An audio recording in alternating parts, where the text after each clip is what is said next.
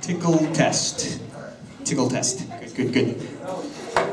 If you don't get it, say it really, really fast over and over again.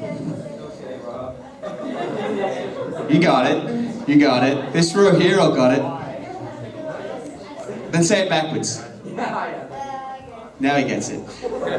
So anyway, I'm here to tell you guys a bit about myself. Now, you've had a lot of guys come up and talk, and it's actually weird using a microphone, but I'm like nearly twice everyone's age here, which makes me kind of super old. I think Ben's older than me. Carla, I think, is older than me. I added an R there in case you were wondering. Caldar. There's no R at the end in her name. And Wade is older. Mike, right up the back. Most of you don't know Mike.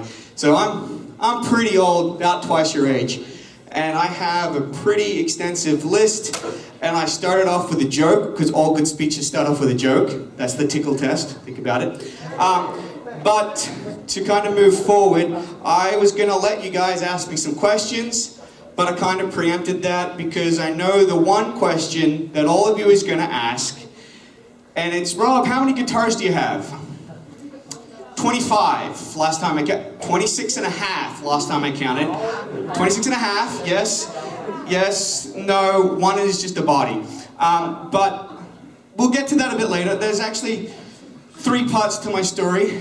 Brandon, if you could bring up part 1. Part 1, the guitar from God, because every man needs a hobby. That's pretty much the story of how I met God. Part 2, Brandon, is sex, lies, and being a jerk face. Simple man struggles. That's pretty much the things that I have struggled with my entire life, and that'll be coming. And part 3 is what I call Maple Might, a convict's journey, because most of you think that I'm a convict because I'm from Australia. Amen. We'll just live with that. Anyway, going back to part 1, because we'll start at part 1 and probably go like 2, 3. And then maybe, if you're really good, next week, we'll finish it off. We'll just see how time's going. I'm going to wait for that wrap-it-up music. Anyway, but moving on. So 25 guitars. Here they are in completely random order. I have a Big Red Machine, is its nickname, which is an SG bass. I have an Epiphone acoustic, an Epiphone Martini, a Wildcat, RA Wildcat, Epiphone Nighthawk, an Epiphone Dot, USA Strat, an 1960-something Japanese student model RM Tempo, replica 56 gold top, a P bass, acoustic bass, 24 fret Les Paul. Brennan, that's that first guitar picture. That is 24 frets on a Les Paul. I have offers of $1,000 as it sits. That's mine, I own that. It's possibly one of a kind. There's also a Hondo, a Japanese Strat, a Fender Jag, a Tony Iommi Signature. I have my bass that I play here, which isn't here tonight. I have the purple guitar. I have a Raven guitar. I have a 54 Les Paul. I have a Gibson acoustic, and my newest acquisition is the Telecaster. That there is my 25th guitar and the first guitar I ever owned, and it is called Glam Action. For those of you that don't know, glam is a type of metal from the 80s, and this guitar summarizes my life. And you can see all the beautiful things there, National Pie Week and everything. Brennan, the next slide. We're going to zoom in on this, and I'm going to kind of stand here and explain this. The guitar is green, because green's my favorite color. The NR, no rum, no rye, that was the first sticker I ever put on the thing, and that explains, because I was a rum drinker, hence the bottle of rum. Here, I'm not a complete idiot. Some parts of me are missing. As you know, I'm kind of eccentric. This here is just kind of funny. I hooked up with your sister, and all I got was this lousy sticker. As you can understand, sex, lies, and being a jerk face. We've got the Punisher thing in the middle, the thing that looks all gray and brown and gross in the middle. That is liquid nails, because I like to use that. Your mom rules, because you all know that she does. There's stickers on top of stickers. There's a Time Zone sticker, which is an arcade place where I spent a lot of time. Secret Weapon Force is a Marvel thing. There's the love hats, or the love-hate, but we call it love hats. But the most important sticker on this guitar is not the one that's blanked out, because again, jerk face, not the National Dyslexic Association, but it is I found God, he was under the lounge the whole time. And what I mean by that? When I was 6, I have a very vivid memory of becoming a Christian. Very vivid. Was a naughty kid, put in a church, gave myself to Christ. But I never lived it. Never lived it. I went to a Christian school, said, yeah, I'm a Christian. Never prayed, never read my Bible. Learned Bible verses, learned Bible stories, didn't have a relationship with God. Moving on, grade 8. I was big into trading cards. Cards were cool. Marvel cards, basketball cards, you name it, I was trading it. And not Pokemon, that was a little later again. But so I went to this church and we sat up the back, and nobody here sits right up the back. We sat right up the back and we traded cards in church, making sweet deals. Cards became comics, and as I got a little bit older, girls took my attention. Hello, ladies. Here I am in grade 8, and I've just discovered ladies. And it's pretty exciting, so I'm going to church for the ladies. But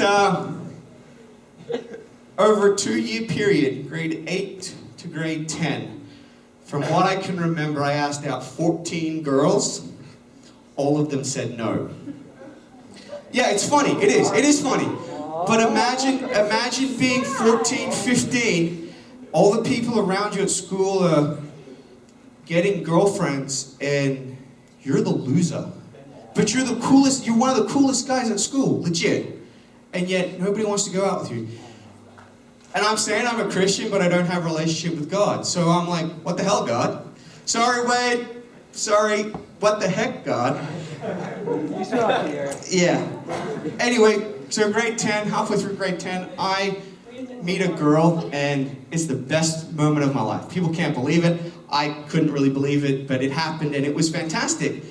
And at the same time, my parents are going through a really messy separation, and my mom and my dad are no longer really talking to each other, and my sister decides that she's going to go live with my dad. Not a big deal because they're 5 minutes away from my mom and dad's place. We're 5 minutes away, but a big deal because my sister and I are like glue. We love each other so much. We have matching tattoos that we got before I left, and crazy, I know. But my sister's lived with my dad, and now it's a struggle for me to see my sister and my dad. And that, again, is hard, and I'm like, what the hell, God? I'm trying. It's hard for me. Yeah, anyway. So, moving on, grade 11, a year, exactly 1 year to the day that I met my girlfriend, and it was one of the happiest days of my life, my grandma dies. And that was really tough, because my grandma meant a lot to me. I was her only grandson. I was her favorite. She was really special, and as I got older, I never got to do the things that I love that she gave me, like tea and crumpets and biscuits. I never got to do that with her. I never got to share that and pay her back and say thank you. And again, I was like, what's going on, God? This isn't fair. Let's push along to the middle of grade, a little bit later in grade 11, and my best friend in the world, who is more like a brother to me, he's sitting there, and this is your typical Christian kid. Reads his Bible, never swears, never does anything. And he's just sitting there. And there's this girl who's always happy, and he goes, what the beep? You beep and smile too much. Stop beep and smiling. It's the edited word on my guitar. You can figure it out. You're all smart. And we're all like, what's going on, man? And my best friend in the world, in grade 11, so he's 15, 16, and he's put into a mental institution. And how do you think I felt? What's going on, God? This isn't fair. And I spent a year without my best friend, and it was tough because I didn't know what to do. This guy's in a place where he needs the professional help there, and I can't do anything. I could call him, I could go and visit him, but I didn't know how to do that. And I know you're like, well, just go and visit him, just call him. Yeah, but there's a mindset where you're like, this guy's there to get help, and I didn't know how to help him. I couldn't do anything. Said I was a Christian, didn't have the relationship, wasn't living it out, was always saying, what's going on, God? This isn't fair. So we'll push forward to my first year of university. And my best friend is now out of the mental institution, and because of the situation that he's found himself in, he's now living with teens that are delinquents, we'll call them. And he's 18 years old, living with 16 and 17-year-olds that are delinquents, and he has become an alcoholic at the age of 18. Now just let that settle in for a minute. Most people that are alcoholics, as you would think, are 40-year-old men, maybe more, and they're, this kid's 18, had a mental breakdown, and is an alcoholic. Two of my other best friends joined him and become alcoholics. One so much so that he is now a teacher, doesn't remember how he finished university. He was drunk that often. Yet, one of the best teachers you will ever meet, legitimately. So here I am, my best friends around me, my support network is alcoholics. I managed to sneak out of that because I can drive, and I was like, no, I got a responsibility. And then my girlfriend of 3 years dumps me 3 days before our 3-year anniversary. What the heck, God? What the heck? And I think all of you are looking at me going, so you became an alcoholic, right? No. I became the jerk face. I became an enabler. I would go to their place at 6 o'clock. They would be drinking. 8 o'clock would roll around and I'd be like, guys, I don't want to be out late. So at 8:30, I'm doing last run. I'm going out for the last bit of alcohol. Because I can buy, I'm 18, no big deal. And they would power drink this bottle in half an hour between 3 people. They would just smash it down and they would go, here, Rob, here's the money, go get us 2 more. And without even thinking, because they're my best friends. Yeah, man, I'm down with that.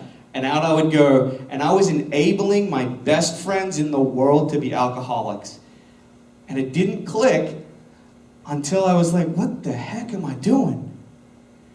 And I called up this other friend of mine on a Friday night, and I said, Pete, what are you doing tonight? He's like, well, man, I'm going to youth group. That's what I usually do on Friday nights. And I'd never gone to youth group my entire life because I was heavily involved in swimming. And I went along to this youth group, and it was awesome. Had a great time, really great time. And about 4 weeks after going to this youth group, I decided that it was time for me to go to church again. So this has been like 3-4 years that I haven't been to church. And I go, now I can't remember exactly what the sermon was, but I can remember sitting in my chair and listening so intently and going, I'm missing something. I'm missing God. I had God, and like the TV remote, under the couch. So I had it, but I wasn't using it. And you know how much the TV remote makes life easy. You just click and, otherwise you go, I don't want this channel. And, so you just kind of make do. And I was making do with life, but there was something so much better for me, and I just thrown it away, didn't care. And I realized this, and I recommitted my life to God, and I found God under the couch, and it was like, hey, Rob, I'm right here. Not, what the heck, God? What the heck, Rob? I'm right here. And I can tell you right now that I've never lost a TV remote again. I have never lost God since. And I'm always actively pursuing Him because of that. Because of those years there. So as I've kind of touched on the sex and jerk face thing, I think I got a little bit of time. A little bit. I'll go quickly and then we'll pick it up next week if you're interested. So 14, as I said, no girlfriends. That leads a guy to seek ladies that say yes. And this is very hard for me to say. At 14, 15, I was addicted to pornography. Not looking at pornography. There is a difference. It's hard to explain. Addicted to pornography. Now, anyone knows anyone that's had drugs or whatnot and has an addiction, they'll say that there's 3 important steps that make something a user and an addict. And the difference is an addict will find a way to get money to aim his habit. So I stole money from my mom every week to go and buy pornography. Because the internet was still relatively new, and we didn't have a computer, but I was able to buy it. The second step is you want it to occupy your time. So I would say to my friends, give me half an hour. I'll meet you guys in half an hour. Because I would blow them off to look at pornography. So when I finally got a girlfriend, my expectations of her were what I had read in pornographic magazines. So how do you think that relationship went? Pretty bad. It was very sexual, and it lasted for the first relationship, broke up. I met another girl on our first date. Same thing happened. We were together for 2.5 years, got engaged. So we'd been together for 18 months. We got engaged on my 21st birthday, and 3 days before my 22nd birthday, we broke up. Whole relationship was based on sex. And even so, she got a new boyfriend, but cheated on him with me. So again, I was an enabler, was a jerk face, because now I was treating women like crap because they treated me like crap. So much so that I'd go to a party, walk up to a girl and be like, hey baby, let's go make out in the back room. And she'd be like, you're a jerk. It happens so often that I would go to parties, they'd say, who are you? I'd say, oh, I'm Matt's friend Rob. And they'd be, oh, you're that jerk guy. A person that I've never met before in my life already knows me as that jerk guy. At this point in my life, I was a Christian, but these were my struggles that I was facing every single day. I'm happy to say that since I've been to Canada and have dealt with these issues after a few other relationships that were pretty bad, I dealt with them. I've met a fantastic girl. She's the best person in the world. She made this hat. She doesn't like me wearing it outside the house. It's a creativity hat. I'm adding to the creativity. She'll disagree, but I met this fantastic girl, and it was hard for me to tell her, hey, I have these issues, I have this backstory. And she said, that's okay. It's okay, we'll deal with it. Now, there's been some issues between us. We haven't gone into the dark realm of no return, and we've been good, and it's been amazing. And I'm so blessed to have her. And I'm going to tell you guys that there is, if you've gone down this path, there is a way back. It's not easy. I struggle every single day, and it's day after day after day. It's not like, oh yeah, I'm clean now, I'm free. It's day after day after day after day. And hopefully it ends, but you just got to keep going and keep going. So that's where I'm at now. I'm going to stop because I'm taking up a lot of time. Next week we'll do part 3, which is Maple Mite, a convict's journey. That's my story of why I'm here in front of you guys today. I've been Rob. You're welcome.